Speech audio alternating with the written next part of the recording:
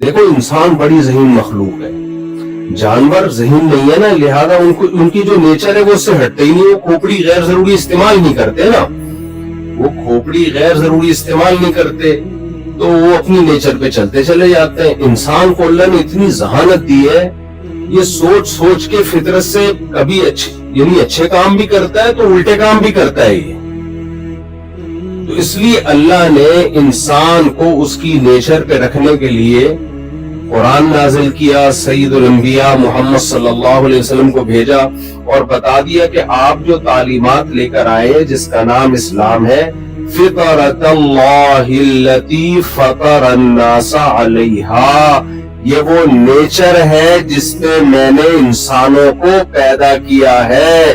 آپ کو پتا ہے نیچر کبھی بھی چینج نہیں ہوتی، اگر نیچر میں چینجنگ ممکن ہوتی تو ڈاکٹر کہتے کہ ہم صدیوں پہلے روٹی کھایا کرتے تھے، اب نیچر چینج ہو گئی ہے، برگر پہ سیٹ ہو جاؤ۔ ہم صدیوں پہلے اناج غلہ کھایا کرتے تھے دانتوں سے چبا کے، اب سائنس نے ترقی کر لی، اب دانتوں سے چبانے کی ضرورت نہیں ہے، گرائنڈر مشینیں آ گئی ہیں، کیا چلغوں سے چبا چبا کے کھا رہے ہو، گرائنڈر مشین میں ڈالو، پاؤڈر بناؤ، اس طرح سے پی لو۔ ڈاکٹر کہتے کہ نہیں کہتے؟ لیکن ڈاکٹر اب بھی کیا کہتے ہیں؟ دانت دیے قدرت نے چبانے کے لیے، تو آپ کو صرف یہ دانت چبا چبا کے باتیں کرنے کے لیے نہیں ہے۔ کچھ لوگ باتیں بڑی چبا چبا کے کر رہے ہوتے ہیں، حالانکہ دانت باتیں چبانے کے لیے نہیں ہے، روٹی چبانے کے لیے۔ روٹی نہیں چبائی جا رہی ہوتی، ان سے ٹائم نہیں ہوتا۔ ڈاکٹر کہتے ہیں سارے حکیم ڈاکٹر بھائی کھانا خوب چبا کے کھاؤ، پھل کھاؤ، پھلوں کے جوس مت پیو۔ چبا کے کھانے کا جب پروسیس ہوگا دانتوں سے، پورا سیٹ اپ اللہ نے بنایا ہوا ہے۔ آج سائنس نے ترقی کر لی، پہلے زمانے میں لوگ بھاگتے تھے، دوڑتے تھے، محنت مزدوری کرتے تھے، اب سارے کام انگلیوں کے اشارے پر ہوتے ہیں۔ ایک لیپ ٹاپ میں آپ طلاقیں لکھ کے بھی لوگ اسی طرح بھیجنے، اللہ معاف فرمائے۔ پہلے جاتے تھے سالوں سے جھگڑا پھڈا، اس کے بعد اب یہی سے SMS پہ، اب کوئی کام نہیں کرنا پڑ رہا، نکاح آن لائن ہو رہے ہیں، تو سارا دن دفتروں میں آپ جا کے بیٹھے۔ کیا ہماری نیچر اس ترقی سے متاثر ہوئی ہے؟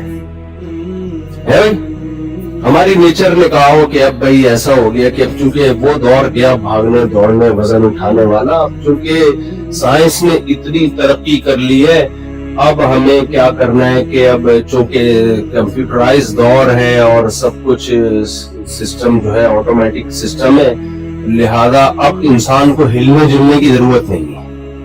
نہیں بھائی، بیماریاں آ کیوں رہی ہیں؟ ہلنا پڑے گا، اب آپ کو آرٹیفیشل ہلنا پڑے گا۔ پہلے آپ اینٹیں اٹھا کے اوپر لے کر جاتے تھے، اب ویٹ اٹھا کے ویٹ لفٹنگ کرنی پڑے گی آپ۔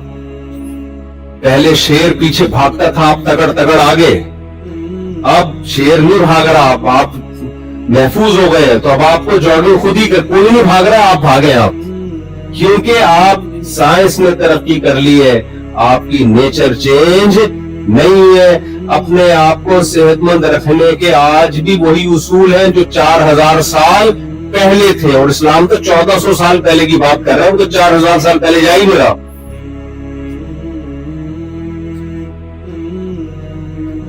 تو خوب سمجھ لیں، جیسے میری اور آپ کی نیچر صحت کے بارے میں چینج نہیں ہو سکتی۔ آرگینک چیزیں، کل ہم امریکہ میں یہی ایک مارکیٹ میں گئے، آرگینک فوڈ پہ الگ اتنی مہنگی اس کی پرائس تھے۔ ارے بھائی، آرگینک کی مہنگی کیوں ہے؟ آپ نے جو ایک یوریا کھاد ایجاد کی ہے وہ تو سائنسی ایجاد ہے، اس کی تو پروڈکٹ بہت خاندانی ہونی چاہیے۔ کیا خیال ہے؟